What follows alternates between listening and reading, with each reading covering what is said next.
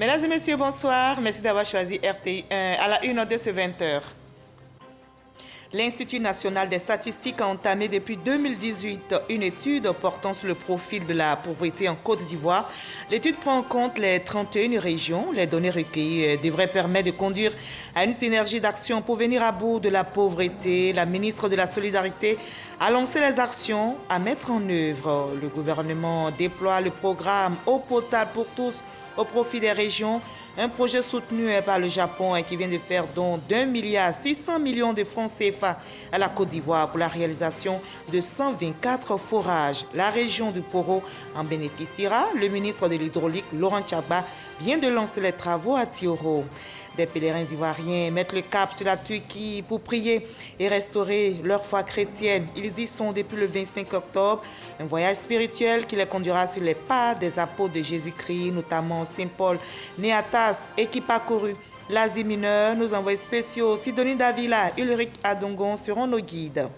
L'ambiance est tout autre en Irak où 3 roquettes se sont abattues ce dimanche sur un quartier de Bagdad qui abrite des bâtiments gouvernementaux et l'ambassade américaine. C'est la première attaque commise dans la capitale depuis le mois de juillet. Soyez bienvenue sur RTI1.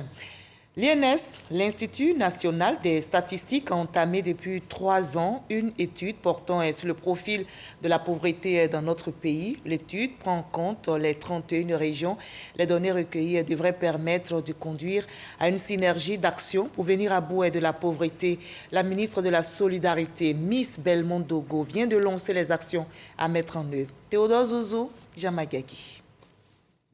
Le ministère de la Solidarité et de la lutte contre la pauvreté veut apporter une réponse durable à l'épineuse question de la pauvreté en Côte d'Ivoire. Une étude portant sur l'élaboration du profil de pauvreté et de ses déterminants est donc mise en place. Notre ambition à travers la série d'études initiées est de mieux comprendre et agir pour réduire les inégalités en créant des opportunités avec des actions innovantes et efficaces en faveur de la solidarité, de la lutte contre la pauvreté, localement d'abord. Le Bafing, le Kabadougou et le Tonkui ont le niveau de pauvreté les plus élevés selon l'Institut national des statistiques.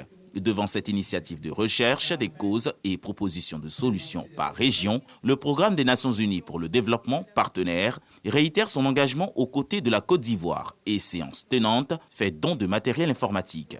L'initiative de cette étude pour définir le profil de pauvreté des régions et de leurs sous-préfectures est le résultat d'un partenariat important entre nos deux institutions. Il est orienté vers le développement de politiques et de solutions adaptées mais audacieuses qui permettent d'adresser durablement le défi de la pauvreté. Le gouvernement est déjà à la tâche pour apporter un bien-être aux populations à travers les filets sociaux. Avec ces données sectorielles, la lutte contre la pauvreté pourra atteindre ses objectifs. Il s'agit de façon très concrète de constituer une base de données unique, sécurisée sur les conditions socio-économiques des ménages en vue de son utilisation pour le suivi et la prise en charge des bénéficiaires des programmes sociaux, en vue de faciliter la mise en œuvre du RSU. L'extrême pauvreté en Côte d'Ivoire concerne les personnes dont les dépenses de consommation annuelles sont inférieures à 194 798,6 francs CFA selon l'INS. 5 mois sont requis pour l'étude qui, à terme, permettra aux décideurs d'avoir un document de base. Et autre défi à relever, l'accès à l'eau potable aux populations. Le gouvernement déploie justement le programme dans les différentes régions. Une vision, une ambition soutenue par le Japon qui vient de faire don d'1,6 milliard de francs CFA à notre pays pour la réalisation de 124 forages. La région du Poro bénéficiera de 60 forages à motricité humaine. Le ministre de l'Hydraulique, Laurent Tchaba, a lancé les travaux à Tioro. Ami Sissoko. Sans un seau, dans la sous-préfecture de Tioro, à 12 km de Korogo. C'est ce cours d'eau qui approvisionnait le village en eau, une eau impropre à la consommation. Cela ne sera plus qu'un mauvais souvenir dans ce village de près de 400 habitants. Grâce au projet de réalisation de 124 forages équipés de pompes à motricité humaine, dont 60 dans le Poro, 40 dans le Tchologo et 24 dans le Tonkui. Les travaux de ce système hydraulique pour garantir l'accès à l'eau potable aux populations rurales dans le Poro sont lancés par Laurent Tchagba, ministre de l'Hydraulique. L'eau est source de vie. En la procurant à toute personne, vous contribuez inéluctablement à son bonheur. Merci pour Sanzazo qui en avait tant besoin. 124 forages au profit des populations rurales. Un don du gouvernement japonais d'un montant d'1,6 milliard de francs CFA, dont 638 640 000 francs CFA investis pour la réalisation des 60 forages du Poro. Ce projet s'inscrit dans le programme Eau pour tous du gouvernement. Le projet va permettre de garantir l'accès à l'eau potable d'ici, dans le département de Korogo, à 15 859 personnes vivant essentiellement en milieu rural, ce qui va réduire les maladies hydriques.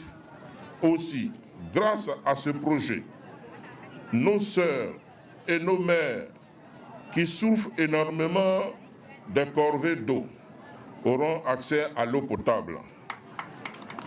Les travaux qui seront réalisés par Forassi vont durer 6 mois. Cette entreprise travaillera sous le contrôle du ministère de l'Hydraulique et la supervision du ministère de l'Économie et des Finances en liaison avec le comité de pilotage des dons japonais. La culture est aussi au centre des actions de l'État. La commune de Kong dispose désormais d'un complexe culturel et sportif flambant neuf. L'infrastructure, réalisée à hauteur de 194 millions de francs CFA, est un don de la Fondation Lonasi à la localité. Le ministre d'État, ministre de la Défense, Téné Birahima Ouattara, vient d'inaugurer ce complexe à la grande joie des populations, nous rapporte Kader Sogodogo. Un complexe culturel et sportif flambant neuf, comprenant un foyer polyvalent, 3 salles de formation à la couture, des terrains de handball et de basketball. Coût de réalisation, 194 millions de francs CFA.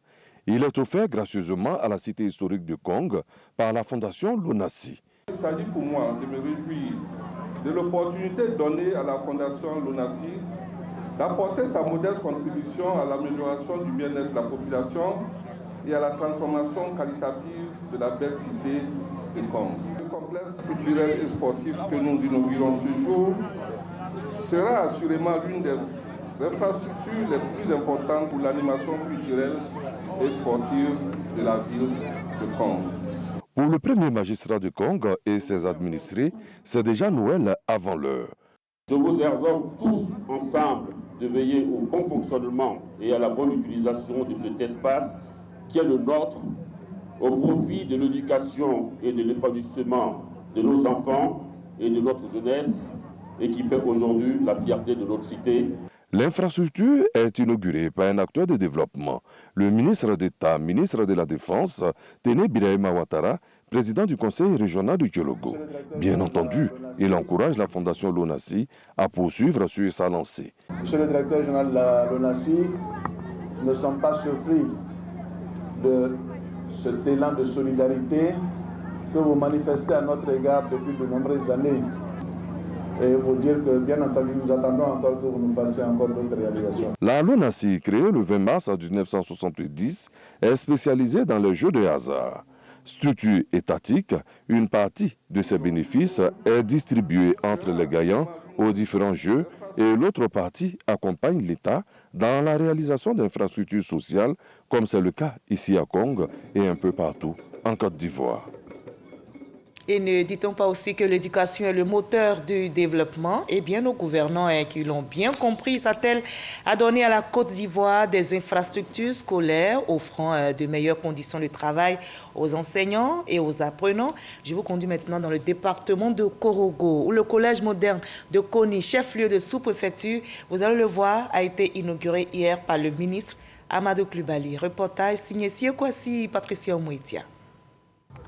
Par ce geste, Amadou Koulibaly, ministre de la Communication, des Médias et de la Francophonie, inaugure le collège moderne Amadou Gon Koulibaly de Koni, une sous-préfecture dans le département de Korogo. Un établissement à base 4, sorti d'un plan conçu par l'ex-premier ministre Amadou Gon Koulibaly. Sa réalisation a été faite par l'entreprise Contractor dans une architecture préfabriquée qualifiée de système modulaire. On a dépassé les préjugés de ce qu'on appelait à l'époque les préfabriqués. Aujourd'hui, c'est des solutions modulaires. Puis ça peut durer tout le temps. Le tout, c'est de mettre un peu d'entretien. Ce joyau architectural, adapté aux conditions atmosphériques, est bâti sur une superficie d'environ 4 hectares. Il abrite 11 bâtiments comprenant 16 salles de classe, une administration, une infirmerie, des vestiaires et des aires de jeu.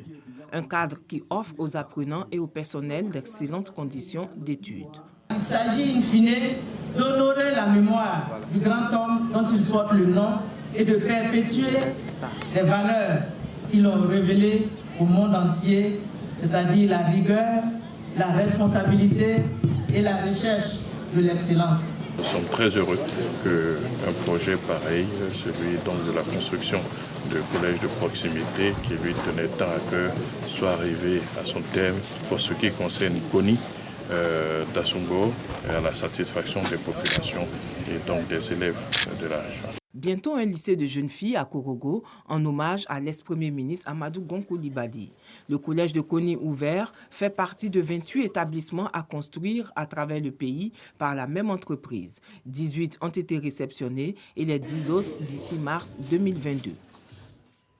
Les parents d'élèves sont aussi pour le rayonnement de notre école. La ministre de l'Éducation nationale et de l'alphabétisation, Mariatou Koné, a échangé avec des groupements de parents d'élèves. La suppression des frais annexes COGES et la tenue des états généraux du système éducatif ont été évoqués. Les parents d'élèves s'engagent à soutenir l'État dans toutes ses actions pour une école rayonnante, nous dit Franck Adio.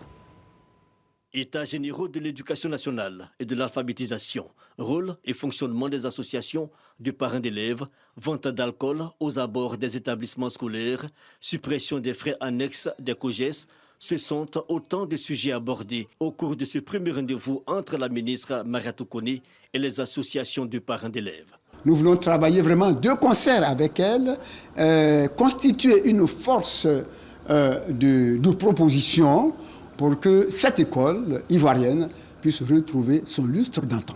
Toutes les associations de parents d'élèves qui sont aujourd'hui représentées ici sont tous d'accord pour le fait que les frais annexes et les frais COGES soient vraiment supprimés.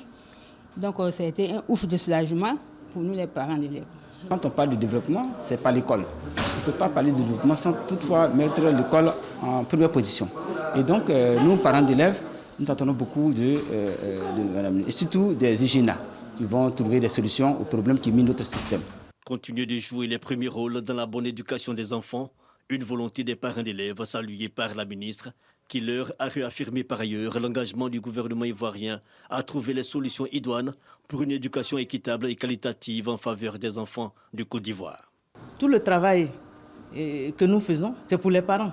Quand un enfant réussit, c'est pour ses parents. Quand il ne réussit pas, c'est pour ses parents. Donc, nous les mettons en mission afin qu'ils nous aident à les aider dans la formation de leurs enfants pour une école de qualité. Cette rencontre qualifiée de franche et conviviale par les deux parties s'inscrivait dans le cadre des rencontres avec tous les différents acteurs du système éducatif, des rencontres initiées par le professeur Mariatou Koné depuis sa prise de fonction. Et pour ce premier rendez-vous, ce sont 6 groupements de parents d'élèves sur les 7 existants qui ont répondu présents. Les parents d'élèves prêts à accompagner l'État pour une école de qualité. Plus loin à Paris, le 26e salon du chocolat a refermé ses portes. Le stand de la Côte d'Ivoire tenu par le Conseil Café Cacao attire les visiteurs et même les enfants ne ratent pas l'événement. Un masterclass est organisé à leur profit avant la cérémonie de clôture. Le processus de transformation du cacao leur a été expliqué dans les moindres détails. Moment inoubliable pour ces visiteurs spéciaux heureux d'en apprendre sur notre cacao. Envoyé spécial à Paris, Walter Amadou Ouattara. Présentation d'une cabosse de cacao suivie de la dégustation de fèves fraîches. Nous sommes à la masterclass du Conseil à Café Cacao au Salon international du chocolat de Paris. Il est expliqué aux enfants le processus de transformation du cacao en chocolat. Après la phase théorique, ces tout-petits ont été amenés à s'imprégner des différentes étapes de fabrication d'une tablette de chocolat. Ils ont même fait des propositions de prix de leur réalisation. Votre tablette, elle va coûter combien? S'il vous plaît, Nabintou et Michaela. Elle va coûter combien? 4,50 €. 4,50 €. C'est cher. Voilà, alors pourquoi votre tablette va coûter 4,50 €? Parce qu'on n'est pas méchants. Une expérience enrichissante pour ces filles et garçons. À l'atelier, j'ai appris comment on fait le chocolat, qu'on prenait les cabosses, qu'on les décrochait des arbres, qu'on les emmenait quelque part, on enlevait les fèves, qu'on faisait griller les fèves. J'ai appris beaucoup de choses. J'ai appris que le chocolat noir, c'était le chocolat qui est le plus bon pour la santé. C'est une chance qu'on offre. Quand le pâtissier fait du chocolat, c'est un moment magique, un moment unique et un moment spécial. Parce que c'est de chocolat très bon. Et en plus, c'est fait par la maison, c'est fait par le pays. La Côte d'Ivoire, premier pays producteur de cacao, avec 40% de la production mondiale, fait la promotion de l'itinéraire d'un cacao d'exception et toutes les occasions ont été mises à profit lors de ce 26e Salon du chocolat de Paris. Et la Côte d'Ivoire, leader du cacao, à l'instar des autres pays, reste mobilisée contre le coronavirus. Voyons les chiffres du jour.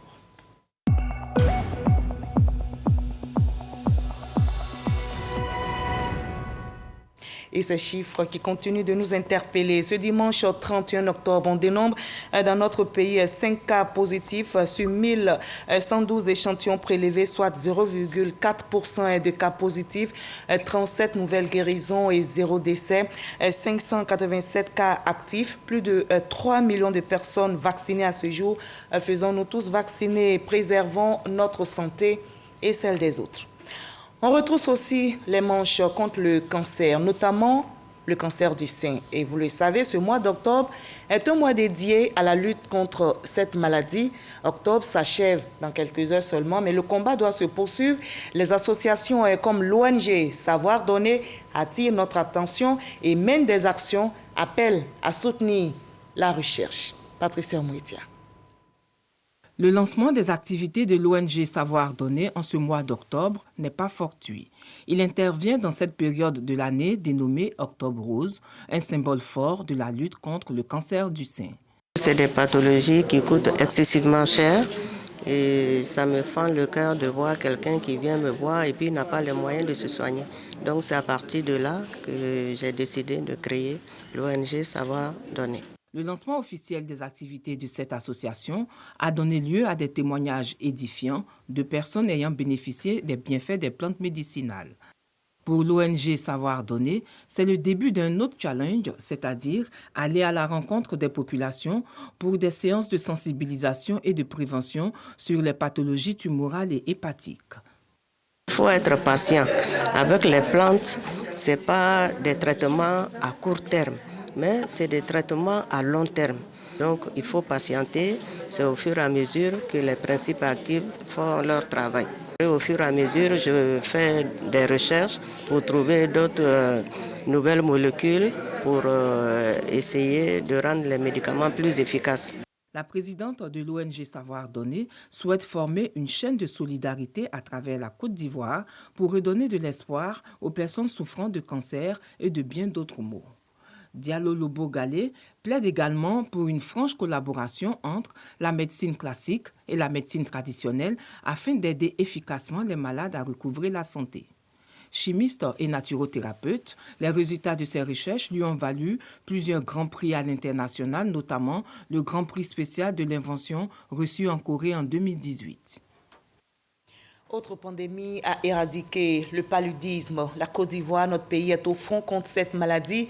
Le ministère de la Santé, de l'Hygiène publique et de la couverture maladie universelle déploie des interventions à haut impact. Après la distribution de masse, 19 millions de moustiquaires. Place à la démoustication dans 6 régions du pays. Objectif, diminuer la population des moustiques, vecteur du paludisme. Michel Mambo. Eau stagnante, touffe d'herbe. Tout ce qui peut retenir l'eau profite à l'anophèle femelle, vecteur du paludisme, pour se reproduire.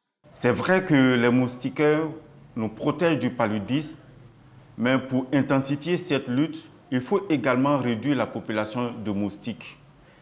La démoustication va donc consister à détruire les moustiques dans les lieux d'habitation, dans les lieux de reproduction, dans les ménages. Des agents de santé communautaire sont sur le terrain pour donc sensibiliser et aider les populations à détruire les potentiels gîtes larvaires dans leur environnement. Quand le moustique va venir, ça fait 1 ou 2 jours, il va venir ici, il va venir dormir, après il va aller te piquer. Si tu as piqué, il va te donner une panique. Et ce n'est pas bon pour toi. Ce n'est pas bon pour une femme enceinte, comme ça là, il va verser. Vous avez là des bassines d'eau, et le cueil de l'eau. Mais la différence, c'est que ces bassines-là sont protégées, sont fermées. Donc c'est ce qu'on recommande à la population. Lorsque l'eau a été recueillie dans un récipient, il faut protéger cette eau-là.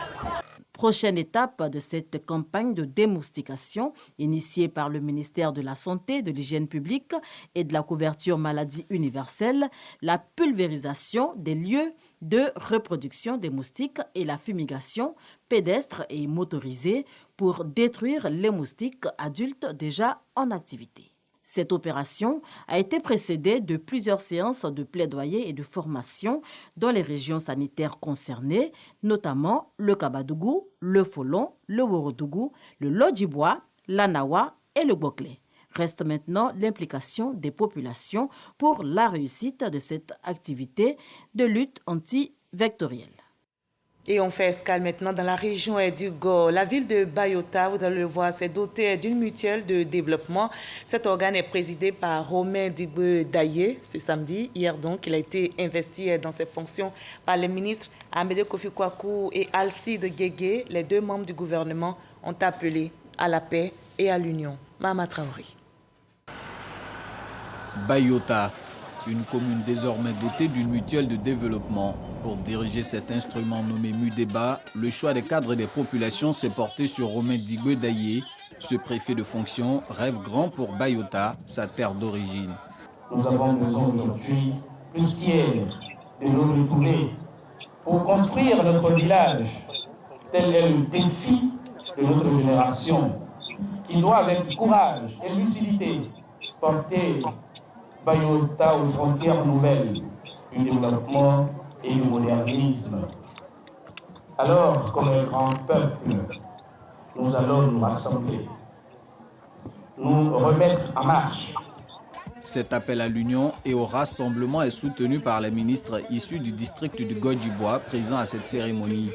Pour Alcide Djedje et Amédée Kofi Kwaku, c'est seulement à ce prix que l'essor de Bayota sera possible. Ce que Romain est en train de faire, je salue vraiment son leadership.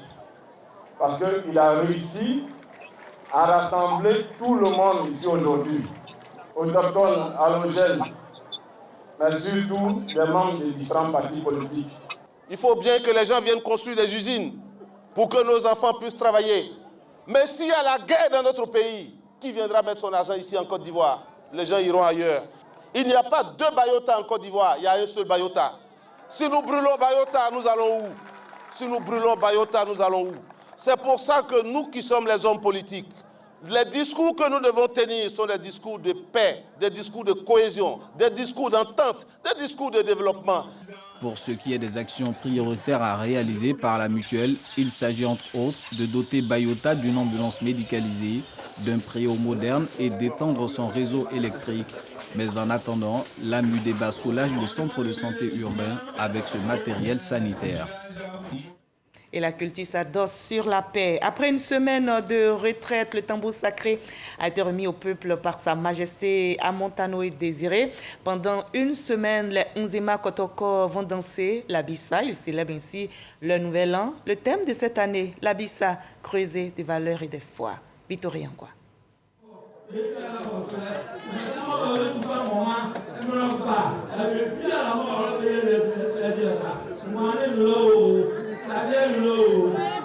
Après la phase silencieuse marquée par le Siedou le 24 octobre dernier, le Dongolais est ressorti ce dimanche 31 octobre. C'est le Gwazo, une deuxième phase qui ouvre la danse de la Bissa.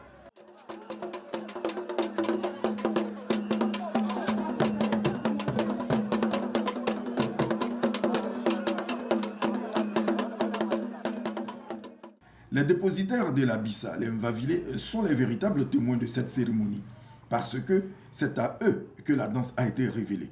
Les Mvavile n'ont pas voulu rester dans la clandestinité.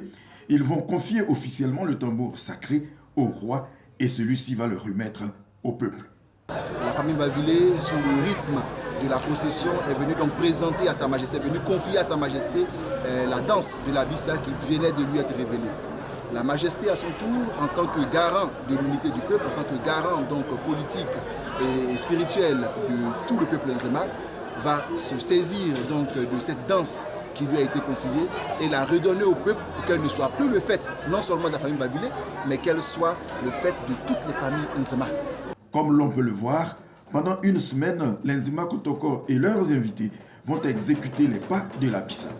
Une semaine au cours de laquelle il y aura la critique sociale et la présentation de cette famille qui forme le peuple Nzima. Au magazine de 13h de ce dimanche consacré à la célébration de la fête de la Toussaint qui aura lieu demain lundi 1er novembre, Herman Guivet a reçu le père Arnaud Traoré, vicaire à la paroisse Sainte-Élisabeth de Yopougon-Nanéré. Mais pourquoi commémore-t-on cette fête de la Toussaint? En quoi contribue-t-elle à l'édification des fidèles chrétiens? Je vous propose un extrait pour vous faire une idée.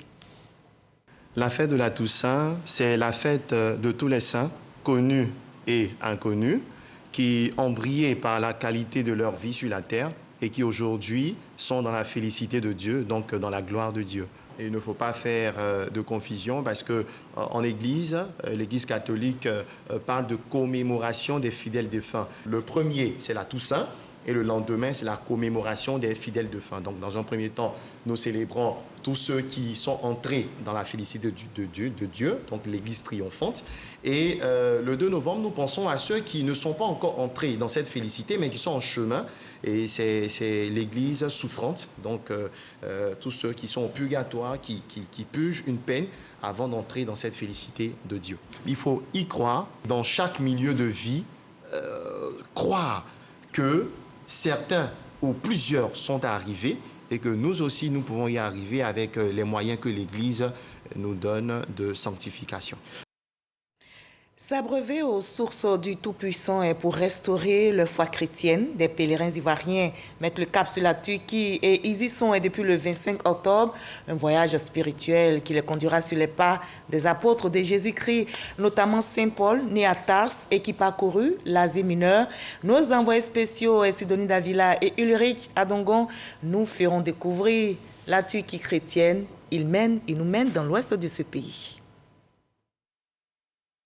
Les chrétiens sur les pas des apôtres de Jésus, Saint Paul et Saint Jean, en Turquie. Ce pays majoritairement musulman garde encore un pan important des vestiges de l'histoire de la religion chrétienne, des synagogues, des sarcophages, des églises et bien d'autres éléments importants de la communauté chrétienne sont bien connus de Günder Tuğkeli. Nous sommes dans le site archéologique de Sardes, qui était la capitale du royaume de Lydie, une grande civilisation anatolienne de l'Anatolie occidentale. Ils sont entrés dans l'histoire au 8e siècle avant notre ère. 7e et 8e siècle, c'était vraiment l'apogée de cette civilisation anatolienne. Si les guides touristiques turcs ont une meilleure connaissance des lieux saints, leur implication spirituelle, elle, n'échappe pas aux hommes de Dieu venus se ressourcer. À la fin des missions de l'apôtre Paul et de l'apôtre Jean, l'apôtre Jean étant retiré sur l'île de Patmos, a écrit bien sûr le livre de l'Apocalypse. Et le livre de l'Apocalypse, dans ce chapitre 2 et chapitre 3, s'adresse essentiellement à cette église. Et ce sont cette église-là qu'on appelle les églises de l'Apocalypse. Et ces 7 églises aujourd'hui sont en Asie mineure. Lorsque nous venons là, et par le biais de l'État de Côte d'Ivoire et par la direction des cultes, nous venons là pour que le corps de Christ, pour que l'église de Côte d'Ivoire marche dans les pas de l'apôtre Paul et de l'apôtre Jean. Dans les cars qui transportent les pèlerins d'un point à un autre, c'est la joie. À la découverte des lieux saints en Turquie, louanges, exhortations, prières, les chrétiens restent concentrés sur l'essentiel de leur présence sur la terre turque. Je voudrais remercier le chef de l'État et remercier la direction des cultes de nous donner cette opportunité-là de revenir sur les traces donc, de la chrétienté. tous les sites que nous visitons nous permettent de bien comprendre l'histoire de la chrétienté, l'histoire de la Bible, et ça renforce aussi notre foi chrétienne. Aujourd'hui, quand vous regardez en Côte d'Ivoire, les églises, beaucoup d'églises, de nos grandes églises, Assemblée de Dieu, on dit Assemblée de Philadelphie d'ici, c'est ici l'origine. C'est ici que Paul a prêché. C'est ici qu'on parle de Philadelphie. Quand le Seigneur s'adresse à l'ange de Philadelphie, c'est ici. Et pour nous, en tant que pasteurs, ça nous ajoute un plus. Parce que nous ne prêchons plus ce que nous avons entendu, nous avons écouté, nous avons appris, mais nous prêchons ce que nous avons vécu. Avec les interprètes, les guides, quand ils nous expliquent les profondeurs de la chose, ça développe encore une autre conception de la chrétienté, de la foi. Ce pèlerinage des chrétiens a démarré dans l'une des villes les plus importantes de la Turquie, Istanbul, capitale de l'Empire ottoman, jusqu'à la fondation de la République turque. Là, un pèlerinage pour solidifier sa foi. Je vous propose à présent le reste de l'actualité à l'étranger dans le 7 sur 7. Le résumé de l'actualité internationale de la semaine est signé Moussa Konaté, Herman Guivi.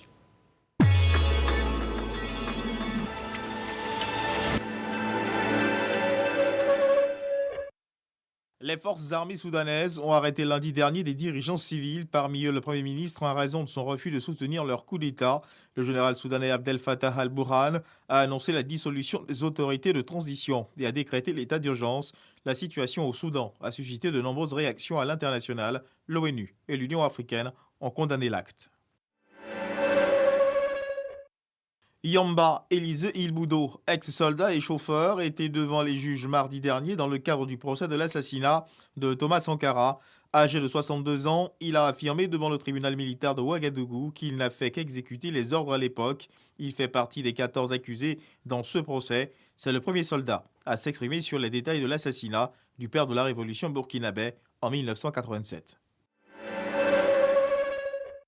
La France a annoncé mercredi dernier qu'une interdiction de débarquement entrerait en vigueur le 2 novembre pour les navires de pêche britanniques dans des ports désignés. La mesure intervient dans un contexte de tension accrue entre Paris et Londres sur la réglementation post-Brexit de la pêche. Le gouvernement britannique les a jugées décevantes et disproportionnées. Une délégation de la CEDEAO conduite par le président de la Commission, Jean-Claude Brouet, est arrivée à Conakry jeudi dans la soirée. Objectif de cette mission, de haut niveau de cette organisation, voir avec les nouvelles autorités de la transition guinéenne, ouvertes depuis le 5 septembre dernier, dans quelle mesure les accompagner pour mener à bien la transition dans les meilleurs délais. Ce que nous avons fait était maladroit et n'a pas été fait avec élégance. Des propos du président des États-Unis lors de sa rencontre avec le président français Emmanuel Macron vendredi dernier. Une rencontre en marge du sommet du G20 à Rome. C'est la première rencontre entre les deux présidents depuis l'affaire des sous-marins australiens qui avait jeté un froid sur leurs relations diplomatiques. Les dirigeants des plus grandes économies mondiales se sont réunis samedi dernier dans la capitale italienne à la veille de la COP26. Cette rencontre est la première réunion du G20 en présentiel depuis le début de la pandémie de Covid-19. Les deux grands absents de ce sommet sont la Russie et la Chine. À l'issue du sommet, les dirigeants du G20 devraient adopter une déclaration. 3 roquettes se sont abattues ce dimanche matin sur un quartier de Bagdad adjacent à l'ultra-sécurisée zone verte qui abrite des bâtiments gouvernementaux irakiens et l'ambassade américaine. Les roquettes sont tombées respectivement près d'un hôpital du Croissant-Rouge, près d'une banque et à proximité du service de gestion des eaux du district. C'est la première attaque commise dans Bagdad depuis le mois de juillet.